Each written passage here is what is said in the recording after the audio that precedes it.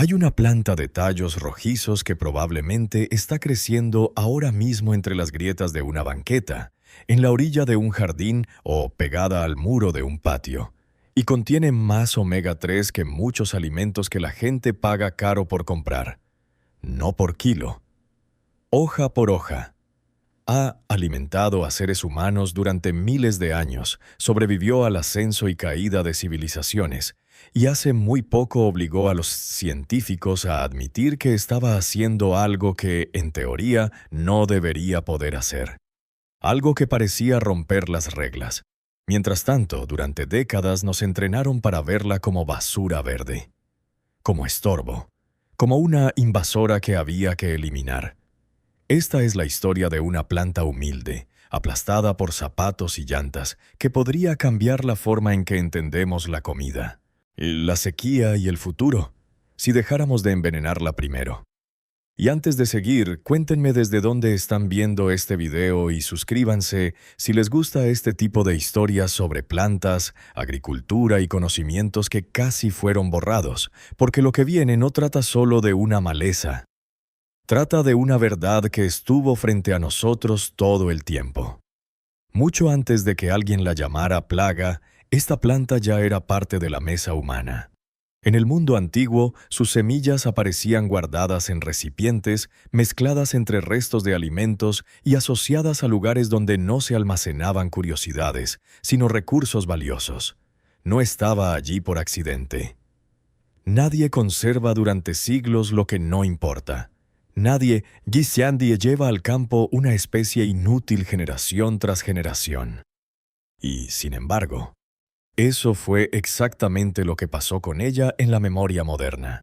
Pasó de alimento a intrusa, de compañera a problema. ¿Cómo ocurre algo así? En la antigua Grecia ya aparecía ligada a prácticas agrícolas establecidas. Más tarde, pensadores y observadores del mundo vegetal la describieron como una especie digna de ser sembrada junto a otros cultivos esenciales. Eso significa algo enorme. Significa que no era una planta tolerada. Era una planta elegida. El Imperio Romano la extendió por distintos territorios. En la Europa medieval seguía siendo conocida y consumida. No como un lujo extraño, sino como parte del repertorio básico de la alimentación cotidiana. En registros de consumo urbano, aparece integrada entre los productos normales de una ciudad viva. Nada en su historia antigua se parece al desprecio moderno. Nada. Y cuando uno mira más lejos, la historia se vuelve aún más inquietante. Porque esta planta no fue apreciada solo en un lado del mundo. Mucho antes de que los intercambios globales la volvieran visible para los europeos, ya existían rastros de su presencia y uso en América del Norte. Semillas halladas en contextos arqueológicos, evidencias de manejo humano, asociaciones con otros cultivos tradicionales. Poblaciones separadas por océanos, sin contacto directo entre sí durante siglos, llegaron a una conclusión parecida. Esta planta merecía espacio. Merecía cuidado, merecía volver cada temporada. ¿Qué sabían ellos que nosotros decidimos olvidar? La respuesta empezó a asomarse mucho tiempo después, cuando la ciencia moderna trató de entender otra cosa por completo. En el siglo XX, investigadores se obsesionaron con una pregunta que parecía dominarlo todo. ¿Por qué algunas poblaciones sufrían enfermedades cardiovasculares de manera masiva, mientras otras parecían escapar de ellas con relativa facilidad? Se siguieron miles de personas durante décadas. Se compararon hábitos, grasas, dietas, estilos de vida. Y hubo una región que desconcertó a todos. Una población que comía más grasa de la que, según las teorías de la época, debería haber sido aceptable. Y aún así presentaba resultados extraordinariamente favorables. Durante años, la explicación se resumió de forma casi mágica. Aceite de oliva, dieta mediterránea, un supuesto equilibrio ancestral difícil de replicar. Pero luego alguien decidió mirar más de cerca. No solo lo que la gente decía comer, sino lo que su cuerpo realmente mostraba. Y allí apareció algo raro. Los niveles de omega 3 no cuadraban con el pescado que consumían. Había demasiado, mucho más de lo esperado. Entonces la pregunta dejó de ser qué evitaban y pasó a ser qué estaban incorporando todos los días sin que nadie le diera suficiente importancia. La respuesta estaba en los platos más simples, en las ensaladas, en los guisos, en las preparaciones domésticas que casi nunca encabezan titulares. Estaba en una planta que crecía sola en los campos, entre otros cultivos, en bordes de tierra, en rincones donde no hacía falta pedirle permiso a nadie para cosecharla. También la comían los animales, y después las personas consumían esos animales. Era una presencia continua, silenciosa, casi invisible, una pieza básica del sistema alimentario local. No era un suplemento, no era una moda, era parte del paisaje. Cuando algunos científicos decidieron analizarla en serio, los números parecían absurdos. Sus hojas frescas contenían cantidades de ácido alfa-linolénico que superaban con claridad a muchas verduras consideradas saludables. Muchísimo más que espinacas. Muchísimo más que lechugas comunes. Se convirtió en una de las fuentes vegetales más ricas de omega 3 jamás registradas. Y eso ya era sorprendente. Pero luego vino algo todavía más extraño, porque no solo aparecían los ácidos grasos que uno espera encontrar en una planta terrestre, también aparecían rastros de EPA, una forma asociada normalmente al mundo marino. Peces, algas, ambientes acuáticos, no hojas creciendo a ras del suelo en un patio cualquiera. Aquello levantó sospechas. Algunos pensaron que debía tratarse de contaminación en las muestras, un error. Algún problema en el laboratorio, pero no, los análisis se repitieron, y la planta seguía ahí, burlándose de la expectativa. Además, no se trataba de un único nutriente extraordinario. También concentraba vitamina E en niveles notables, beta-caroteno, melatonina, glutatión y minerales esenciales que la colocaban en una categoría nutricional que no combina con su reputación de maleza.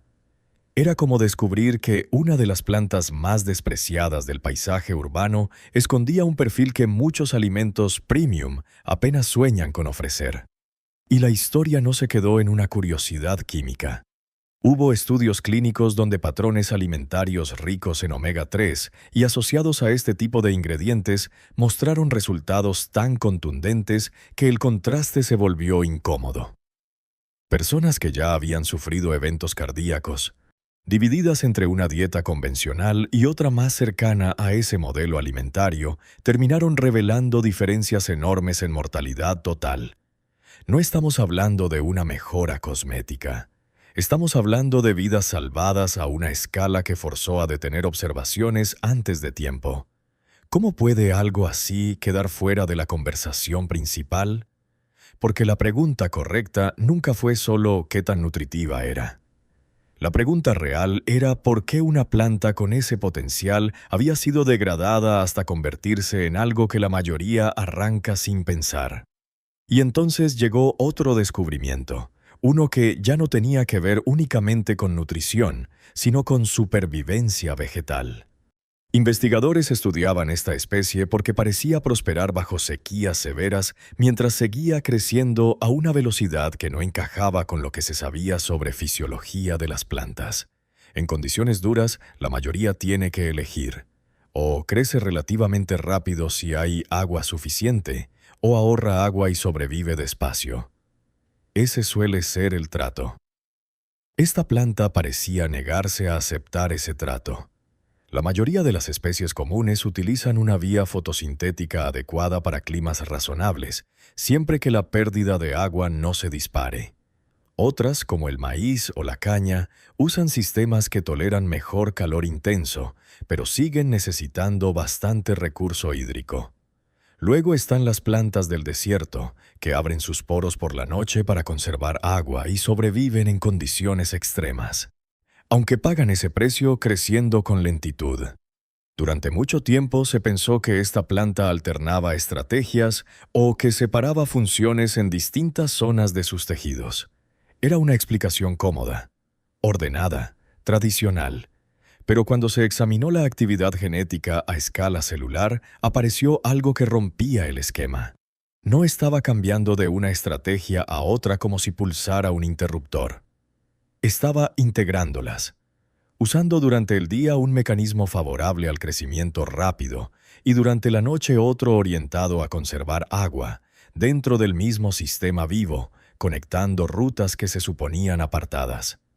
No era simplemente resistente, era una combinación extraordinaria, una solución híbrida que en la práctica la hacía parecer una planta adelantada a su propio tiempo. Piénsalo así. Es como si alguien descubriera un motor que no alterna entre dos tecnologías, sino que las fusiona en el mismo espacio para sacar ventaja de ambas. Lo que en otras especies implica sacrificio, aquí parecía coordinación. Y de pronto la hierba aplastada junto a la banqueta ya no era solo nutritiva. Era un laboratorio viviente, un modelo de adaptación que la agricultura del futuro querría entender desesperadamente. Porque esta planta soporta salinidad que arruina a otros cultivos. Completa su ciclo con mucha menos agua que especies básicas del sistema agrícola moderno. Produce cantidades inmensas de semillas diminutas que pueden seguir viables en el suelo durante años y años. Cada fragmento que toca tierra húmeda tiene la posibilidad de volver. El calor no la elimina con facilidad. La sequía tampoco. Es, en el fondo, exactamente el tipo de especie que una era de clima impredecible debería estar estudiando con humildad. Y sin embargo, gran parte de la infraestructura moderna hizo lo contrario. Le declaró la guerra. El mercado de herbicidas mueve miles de millones. Empresas enormes desarrollan y venden fórmulas específicas para eliminar plantas como esta de jardines, céspedes y campos agrícolas. Asociaciones vecinales la prohíben. Manuales técnicos enseñan a erradicarla. Oficinas agrícolas publican guías para su control. Toda una cultura visual y comercial se construyó alrededor de la idea de que lo correcto es rociar, secar y limpiar, como si una planta que no pidió permiso para existir estuviera cometiendo una falta moral. Pero aquí aparece algo incómodo. No se le combate porque destruya ecosistemas de forma comparable a una amenaza real en todos los contextos donde aparece. Se le combate porque es difícil de someter. No puedes convertirla fácilmente en una dependencia anual. No puedes obligar a todo el mundo a comprarla una y otra vez si ya se reproduce sola. No responde bien a la lógica de la escasez artificial. Y eso la hace molesta para cualquier sistema que gana dinero cuando la comida deja de ser conocimiento común y se convierte en producto cerrado. Mira cómo funcionan las fuentes de omega 3 que dominan el mercado. Pesca presionada al límite, acuicultura intensiva, aceites delicados que se degradan, cápsulas vendidas como atajo. Todo requiere procesos, marcas, distribución, márgenes. Esta planta, en cambio, aparece sola en regiones donde vive la gente. No necesita campaña publicitaria. No necesita empaque brillante. No necesita convencerte de que existe. Solo necesita que dejes de matarla antes de aprender su nombre. Y lo más fascinante es que medio mundo nunca rompió del todo esa relación con ella. En distintos países de Asia, Medio Oriente, el Mediterráneo y América Latina sigue cocinándose. Sigue teniendo nombre propio. Sigue entrando en guisos, salteados, ensaladas, mezclas tradicionales. Sigue siendo comida. En México mucha gente la reconoce por verdolaga. La come con chile, con ajo, en salsas, guisos y preparaciones caseras.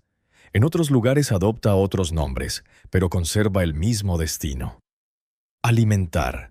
La mitad del planeta nunca dejó de verla como recurso. La otra mitad aprendió a llamarla maleza y a comprar veneno para borrarla del suelo. Y eso sería solo una ironía histórica, si el futuro no estuviera empujándonos otra vez hacia ella. Los modelos climáticos señalan con claridad zonas donde cultivos sensibles van a sufrir primero. regiones semiáridas, suelos cansados, territorios donde la lluvia ya venía siendo escasa y ahora además es impredecible. Justo ahí esta planta no se desmorona. Ahí acelera. Ahí encuentra su ventaja. Mientras otros cultivos se frenan por calor extremo o estrés hídrico, ella sigue. No como una promesa hipotética de laboratorio, sino como una presencia que ya existe. Ya está aquí. Ya sabe hacerlo. Por eso el problema ya no es descubrirla. El problema es reconocerla. Tiene tallos rojizos, lisos, carnosos. Crece pegada al suelo. Sus hojas son pequeñas, gruesas, suaves, con forma de paleta o cucharita. Al romper un tallo, la textura húmeda la delata. Sus flores son diminutas y amarillas. No tiene el aspecto de una amenaza. Tiene el aspecto de algo que nos enseñaron a ignorar. Si aparece en tu jardín, podrías dejar una parte crecer. Si sale entre piedras, podrías observarla antes de fumigar. Si la cosechas joven, sus hojas son tiernas. Puede comerse fresca, salteada, encurtida, en guiso o mezclada con otras verduras. Y si dejas que algunas plantas semillen, tendrás más que suficiente para volver a verla cuando quieras, porque eso también importa. Aprender a reconocerla cambia algo más profundo que una receta. Cambia la relación mental con la comida. Cada persona que identifica verdolaga deja de depender por completo de la idea de que toda nutrición valiosa viene de un anaquel. Cada persona que la mira distinto entiende que las plantas más poderosas no siempre son las más promocionadas. A veces son las que sobreviven al desprecio, las que siguen brotando donde nadie las invitó, las que regresan incluso después de años de olvido. La industria no quiere que pienses así. No le conviene que sepas que una de las fuentes vegetales más densas de omega 3 puede estar creciendo gratis a unos metros de ti. No le conviene que sospeches que el superalimento del mañana ya existe y nunca necesitó rediseñarse para ser extraordinario. No le conviene que entiendas que la planta que los científicos admiran por su fisiología imposible es la misma que muchos arrancan con fastidio del jardín. Se llama verdolaga. Lleva miles de años alimentando a la humanidad. Fue comida básica, remedio cotidiano, cultivo elegido, ingrediente común, modelo biológico, planta de resistencia. Y aún así, hoy puede estar creciendo en tu entrada mientras alguien la ve como basura verde. Tal vez ese sea el verdadero descubrimiento. No que exista una superplanta escondida, sino que ya convivimos con ella y aún así no la vemos. Nos acostumbramos tanto a despreciar lo espontáneo que dejamos de reconocer lo valioso cuando nace sin permiso. Y ahora quiero leerte a ti. ¿Ya conocías la verdolaga como alimento o también te enseñaron a verla como una simple maleza? Cuéntamelo en los comentarios. Suscríbete, dale like y compártelo si esta historia te abrió los ojos, porque vienen más videos como este sobre plantas, agricultura y conocimientos que casi desaparecieron. Pero siguen vivos, esperando que alguien vuelva a mirarlos.